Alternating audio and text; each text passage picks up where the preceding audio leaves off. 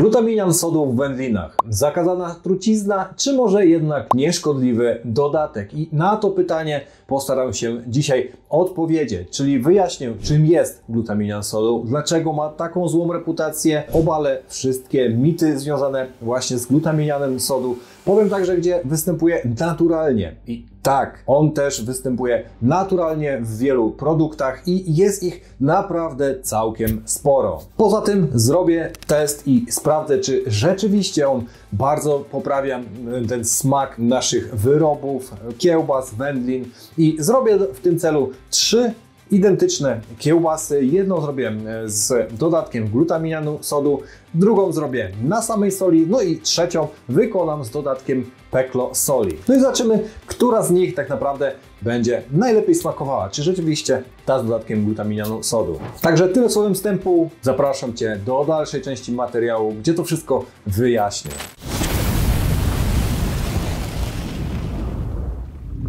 Wykonanie zacznę od przygotowania mięsa. Do tej wędlinki użyję piersi z kurczaka oraz mięsa z ud kurczaka w proporcji 80% do 20%. Z piersi usuwam ewentualne błonki i zbędne elementy. To samo robię z mięsem z ud kurczaka. Tutaj mam akurat wytrybowane i bez skóry. Jeżeli nie znajdziecie, to musicie poświęcić chwilę na oddzielenie mięsa od kości. Przygotowane mięso kroję w kostkę i zabieram się za mielenie. Piersi z kurczaka zmielę na szarpaku, aby były widoczne i wyczuwalne większe kawałki, a mięso z ud kurczaka, które jest bardziej bogate w kolagen, na sitku 2 mm i posłuży ono za takie spoiwo.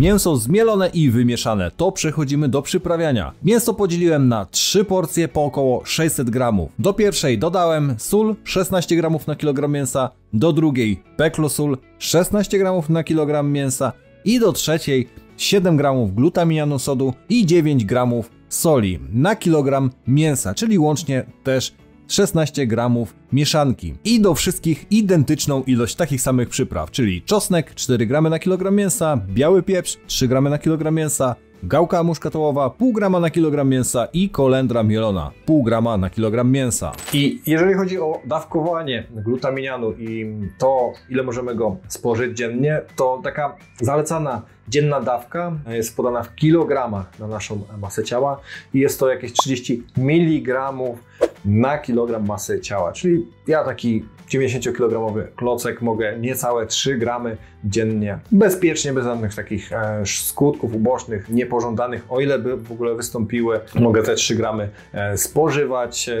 Nie będę testował, ja tak dużo tego nie wiem, czasami sobie dodam właśnie do jakiejś wędliny, żeby przetestować, albo do jakiejś potrawy i są to naprawdę małe ilości, bo producent nawet wskazuje, że tutaj maksymalna ilość w finalnym produkcie to jest 10 gramów na kilogram mięsa dowolnej potrawy, tak? Czyli to jest taki max. Z tego też, co wyczytałem, ten glutaminian sodu do produktów spożywczych jest zazwyczaj dodawany w ilości 0,3 do 0,5%. Czyli w przypadku kilograma jakiegoś produktu, no to 0,3%, no to będzie około właśnie 3 gramów. I musiałbym przykładowo takiej wędliny zjeść kilogram, żeby ten taki dzienny limit swój przekroczyć. A raczej to jest może nie tyle co niemożliwe, no bo najprawdopodobniej jakby trzeba było, to bym zjadł taki kilogram dobrej kiełbasy, ale raczej to się nie dzieje, powiedzmy 1-2 kiełbaski i to jest maks, więc raczej nie ma tutaj opcji, żeby ten glutaminian przedawkować. No dobra, mamy mięsiwo gotowe, zmielone, przyprawione, więc teraz pozostaje je nabić w osłonki. Ja do tego użyję osłonek sztucznych, są to osłonki termokurczliwe, idealne właśnie do parzenia różnych wędlin. Jeżeli nie posiadamy sprzętu, to nadziewamy mięsiwo ręcznie w te osłonki, a jeżeli posiadamy, nadziewamy ziewarkę do kiełbas, to oczywiście używamy jej, bo jest to wygodniejsze, no i łatwiejsze, no i oczywiście szybsze. Osłonki termokurczliwe wcześniej moczymy w ciepłej wodzie przez kilka minut. Następnie związujemy końce i ręcznie łyżeczką nakładamy mięso do osłonki, co jakiś czas je dokładnie ubijając. Nieco czasochłonne, dlatego jeżeli macie nadziewarkę do kiełbas, to jej użyjcie. No dobra, 3 kiełbachy testowe są gotowe. W jednej jest termometr, żebym mógł mierzyć temperaturę. Jest to kiełbasa drobiowa, więc parzymy do temperatury 72 stopni wewnątrz i robimy to w wodzie o temperaturze między 75 a 85 stopni Celsjusza. Potrwa to, obstawiam, że jakąś godzinkę. Po tym czasie je schłodzę, wrzucę do lodówki i jutro przejdziemy do testowania, ale jeszcze pokażę je Wam po sparzeniu. No dobra, kiełbaski są gotowe. Co z nimi zrobiłem? Sparzyłem je do temperatury 72 stopni wewnątrz. Robiłem to w wodzie o temperaturze między 75 a 85 stopni. Zajęło mi to około 1,5 godziny. Teraz pora sprawdzić, jak one wyglądają w przekroju, czy będą się różniły. Tak jak pamiętacie, wszystkie były robione z tymi samymi składnikami. Mowa bardziej o przyprawach, bo jest taka różnica, że w jednej była sól, w drugiej był glutaminian sodu z solą, żeby wyrównać te proporcje.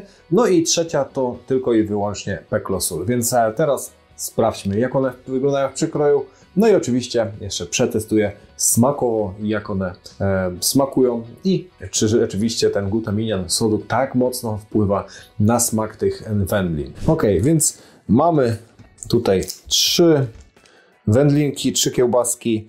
Tutaj jest na peklosoli, ta jest na samej soli i ta jest na soli oraz na glutaminianie. I widać od razu różnicę z zewnątrz pomiędzy tymi dwiema.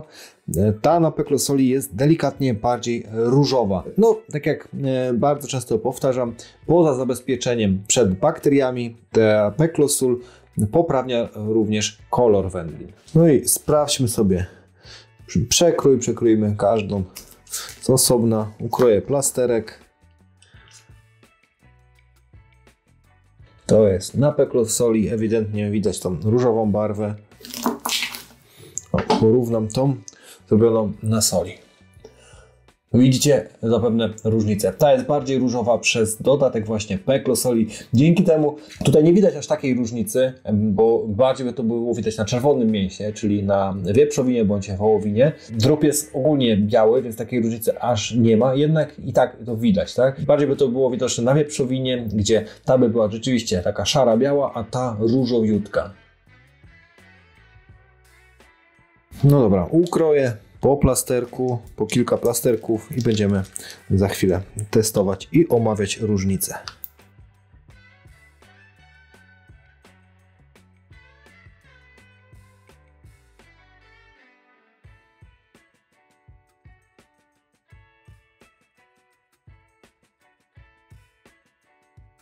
No dobra, mam tutaj już przygotowane 3 kiełbaski, które zrobiłem, 3 wędliny. Od tutaj moja prawa strona jest wykonana na peklosoli, później jest na samej soli i sól z dodatkiem glutaminianu sodu.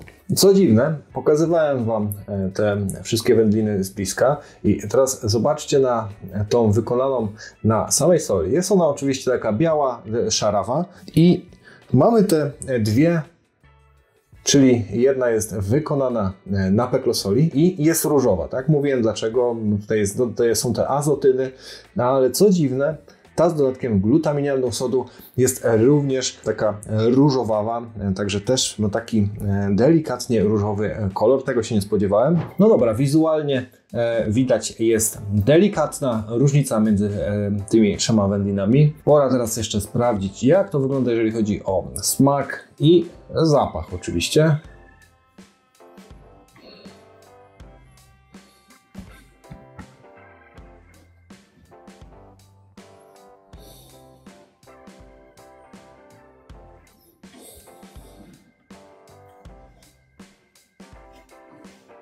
Pierwszą taką różnicę wyczuwalną delikatnie to jest pomiędzy tymi dwiema, a wykonana na samej soli.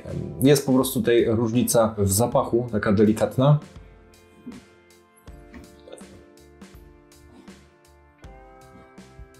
Tutaj bardziej bym powiedział, że czuć te wszystkie przyprawy, te zioła, pomimo że dawałem takie same ilości, a tutaj no, ciężko powiedzieć, co to jest za zapach, ale taki bardziej zapach tej wędliny i to bardzo prawdopodobne, że właśnie poprzez dodanie peklosoli, tak, bo ona też nadaje barwy, takiego trochę aromatu pekolowniczego, więc to jest zapewne tym spowodowane. No dobra, mam tutaj przed sobą przygotowane wędliny.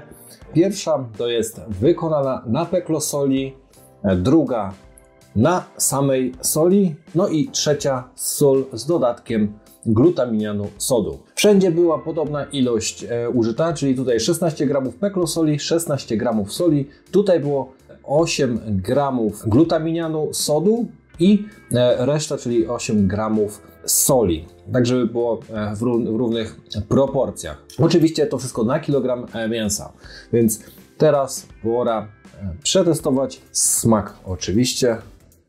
I pierwsza na peklosoli.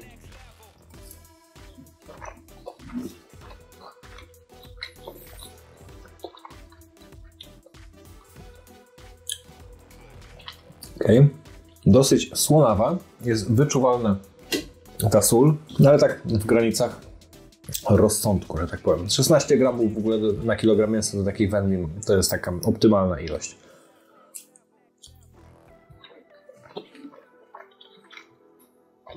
Ok. Tu ta słoność jest mniej wyczuwalna, pomimo tej samej ilości, ale za to bardziej tak jakby czuć te przyprawy. Może tutaj po prostu ta słoność trochę przyćmiewała, także tutaj bardziej te przyprawy i mniej słona. No i pora na to z glutaminianem.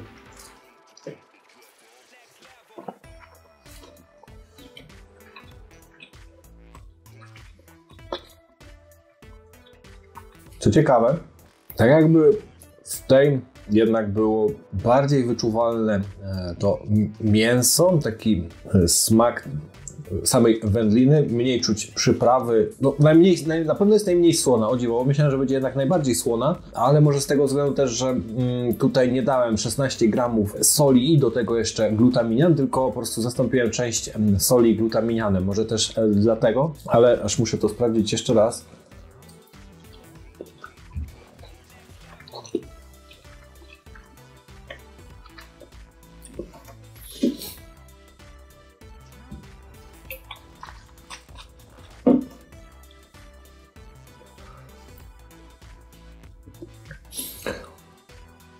Tak, oczywiście tutaj jest bardziej wyczuwalny ten taki mięsny smak samej wędliny. Nie czuć aż tak mocno przypraw, ale jak najbardziej czuć samą wędlinę, więc można by powiedzieć, że jakby nie patrzeć, ten smak jest podkręcony, bo z tego co czytałem, glutaminian też bardziej działa z białkami, więc właśnie z mięsem, z jakimiś bulionami, a nie bezpośrednio z samymi przyprawami. Także jeżeli miałbym ocenić w smaku, to dałbym te dwie właśnie na równi. Ta jest nieco bardziej słona, ale całkiem fajna. Ja ogólnie lubię takie bardziej słone wędliny, także ta mi na równi z tą smakuję. Ta jest taka, jakby powiedzieć, nie ma takiego ostrego smaku, ale za to jest bardziej taki wyczuwalny ten mięsny smak samej wędliny, więc naprawdę całkiem spoko. Na samej soli najmniej, że tak powiem. Nie mówię, że jest niedobra, ale w porównaniu z tymi smakowo wypada nieco gorzej. Tutaj też nieco bardziej są wyczuwalne te przyprawy. Ogólnie mogło się tak zdarzyć, że po prostu tutaj więcej tej klasy trzeciej się dostało i te przyprawy się jednak trochę bardziej rozłożyło, dlatego kilka razy próbowałem, kilka pasterków i wynik bardzo podobny. Więc jeżeli chodzi o glutaminian, czy on rzeczywiście aż tak drastycznie poprawia smak tych wędlin? Raczej nie, chyba że po prostu dalibyśmy go większe ilości. Jest tutaj wyczuwalna poprawa, bo pomimo tego, że te były tak samo wykonane, no to smak jest na pewno inny. Bardziej podkręcony, można powiedzieć, jest smak samego mięsa w tej wędlinie. Także jeżeli dostałbym taką wykonaną na samej soli albo z glutaminianem, no to na pewno ta by mi bardziej smakowała. I jak mówiłem wcześniej, nie jest to z dodatkiem jakichś szkodliwych substancji, także od czasu do czasu można dla poprawy czy to smaku naszych wędlin, czy to jakichś potraw odrobinę tego glutaminianu nawet sobie dodać. Także to tyle ode mnie. Dajcie znać w komentarzach, jakie inne testy związane z mięsem, obróbką mięsa chcielibyście, abym jeszcze wykonał, żebym coś dla Was sprawdził, a w kolejnych odcinkach na pewno to zrobię. Do zobaczenia, trzymajcie się, cześć!